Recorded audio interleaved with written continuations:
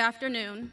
My name is Jalen Span, and I want to first thank you for the opportunity to present proposal number 4 on behalf of shareholder representative As You Sow. This proposal asks Berkshire to measure, disclose, and begin reducing the greenhouse gas emissions supported by its insuring, underwriting, and investment activities.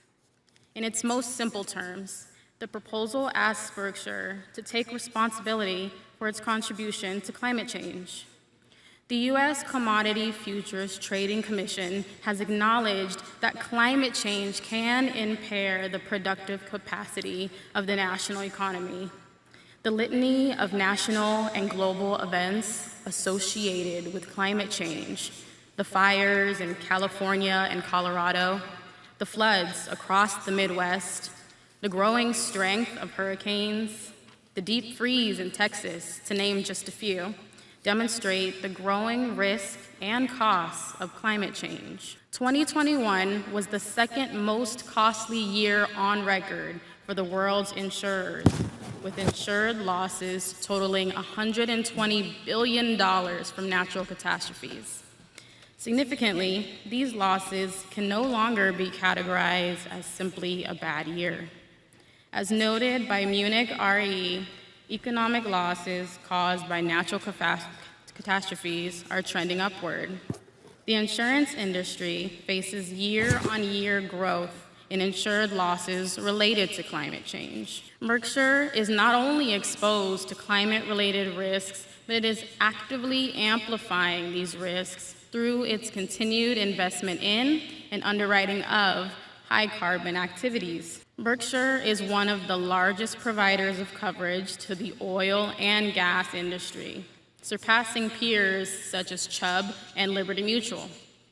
Its shareholdings in coal alone amounts to $5.1 billion, once again, far surpassing its American peers. A financial institution's investment and underwriting activities are by far the greatest source of its total carbon footprint, highlighting the need for Berkshire to measure, disclose, and begin taking responsibility for the emissions it enables. The global financial sector is rising to the challenge of meeting the Paris Agreement's goal to maintain global temperature rise at 1.5 degrees Celsius.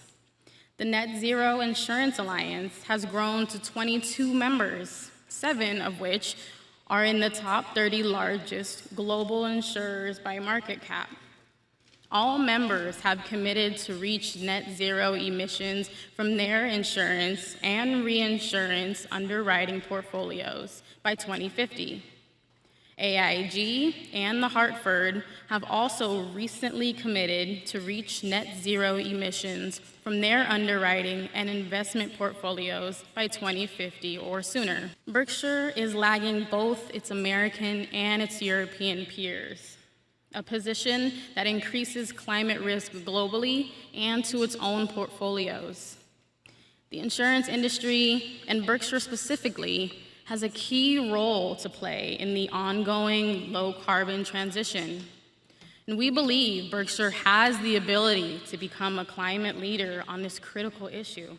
And the first steps are to quantify the emissions associated with its underwriting and investing activities, disclose those emissions, and begin developing plans to reduce those emissions in alignment with the Paris goal. To ensure global success in protecting this planet and its inhabitants, every business must take responsibility for its own contribution to climate change.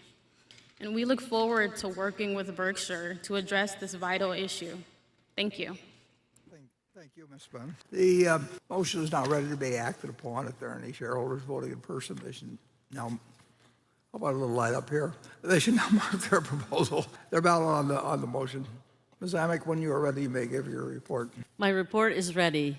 The ballot of the proxy holders in response to proxies that were received through last Thursday evening cast 127,065 votes for the motion and 370,630 votes against the motion. As the number of votes against the motion exceeds a majority of the number of the votes of all Class A and Class B shares properly cast on the matter, the motion has failed. The certification required by the Delaware law of the precise count of the votes given to the Secretary to be placed with the minutes of this meeting. Thank you, Ms. Amick. Proposal fails. The fourth proposal requests that the company report to shareholders on the outcome of its diversity, equity, and inclusion efforts. The directors have recommended that the shareholders vote against the proposal. I will now recognize Jalen Spann, representative of Whistle Stop, to present the proposal. Hello, I'm Jalen Spann. I'm speaking on behalf of the nonprofit advocacy organization As You Sow and Whistle Stop Capital. I formally move proposal number 5, asking for Berkshire Hathaway to report on the outcomes of their diversity, equity, and inclusion efforts by publishing quantitative data on their workforce composition and recruitment, retention, and promotion rates of employees by gender, race, and ethnicity. Warren Buffett once mentioned that he had grown up with 2 sisters who, to quote Mr. Buffett, are absolutely smart as I am and better personalities.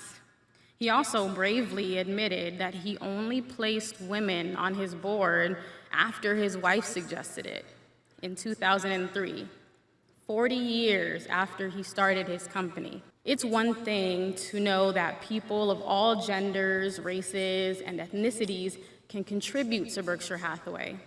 It is another thing entirely to intentionally and proactively create the space, opportunity, and training needed within a company for those people to be able to contribute without facing harassment and discrimination. In the absence of data, we must instead assume that Berkshire Hathaway companies are no better nor any worse than any company in America. The statistics for American companies are unacceptable, particularly when we consider the strong link found by the Wall Street Journal, McKinsey, Credit Suisse, and others between diversity, equity, and inclusion programs and corporate outperformance. 42% of Americans have witnessed or experienced racism at work.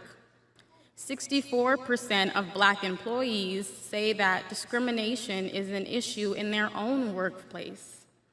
Many people of color are barred from entering the workplace at all. A meta-study reviewing data from 1989 to 2017 found that, on average, whites receive 24% more callbacks than Blacks and 36% more callbacks than Latinos. If we take a look at Berkshire's executive team, we can see that headquarters should be proud of the gender and racial diversity present in its leadership team.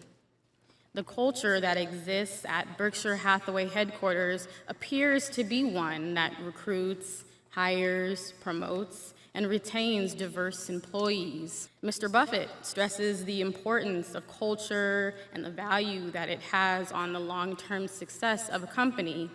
He said that culture, more than rule books, determines how an organization behaves. Investors are looking for assurances that this culture is successfully implemented within the famously decentralized Berkshire Hathaway companies as well. In order to allow their investors to understand their workplace diversity, 87 of the S&P 100 companies have released or have committed to releasing their EEO-1 form, which is a standardized government-mandated accounting of gender, race, and ethnicity breakdown by employment levels.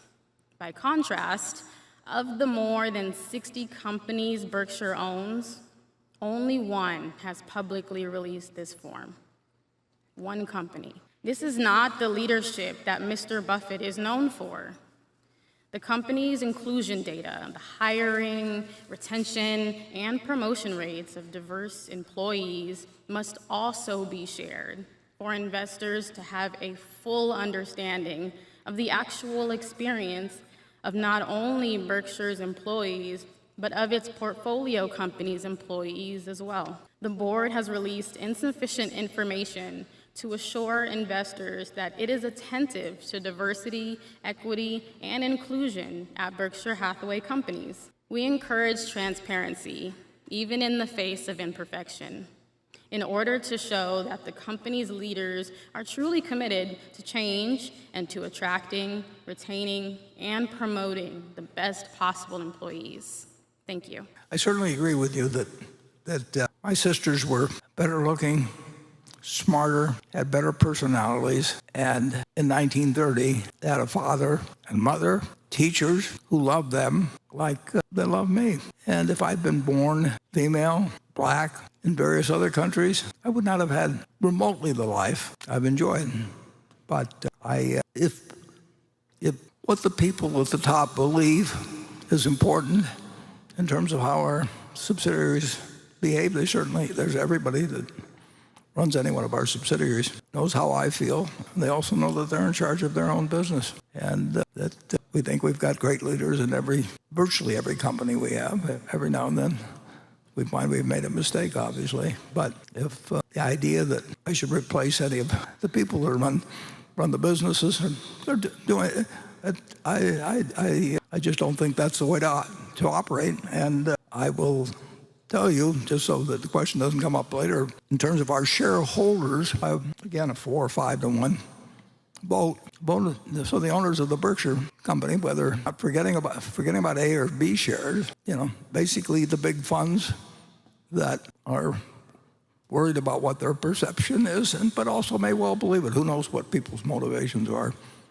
Somebody said that the word motivation should never be used in the singular because you really don't know. But the one thing is that it's very hard to find people that are running big institutions that are acting against their self-interest. Now, it doesn't mean they're acting for their self-interest necessarily. They're acting for a lot of reasons. But it's something that if you could change that in people, it would do a lot more for Americans in the future. But you basically can't change that. I mean, it's a situation of how people behave in protecting essentially their own interests, and their own interests 40 or 50 years ago was essentially to regard corporate America as a boys' club, and that's not acceptable anymore. So they changed, but they haven't changed as much by a substantial margin in relation to blacks. And that's where we are as a society. But overwhelmingly, our shareholders don't agree with you, even though they had you gave them a chance to express their view on it. So, Ms. Amick, when you're ready, you may give your report. My report is ready. The ballot of the proxy holders in response to proxies that were received through last Thursday evening cast 123,614 votes for the motion and 373,925 votes against the motion. As the number of votes against the motion exceeds a majority of the number of votes of all Class A and Class B shares properly cast on the matter, the motion has failed. The certification required by Delaware law of the precise count of the votes given to the Secretary to be placed with the minutes of this meeting. Thank you, Ms. Amick. Proposal fails. I move that this meeting be adjourned. I second the motion to adjourn. Motion to adjourn has been made and seconded. The meeting is adjourned.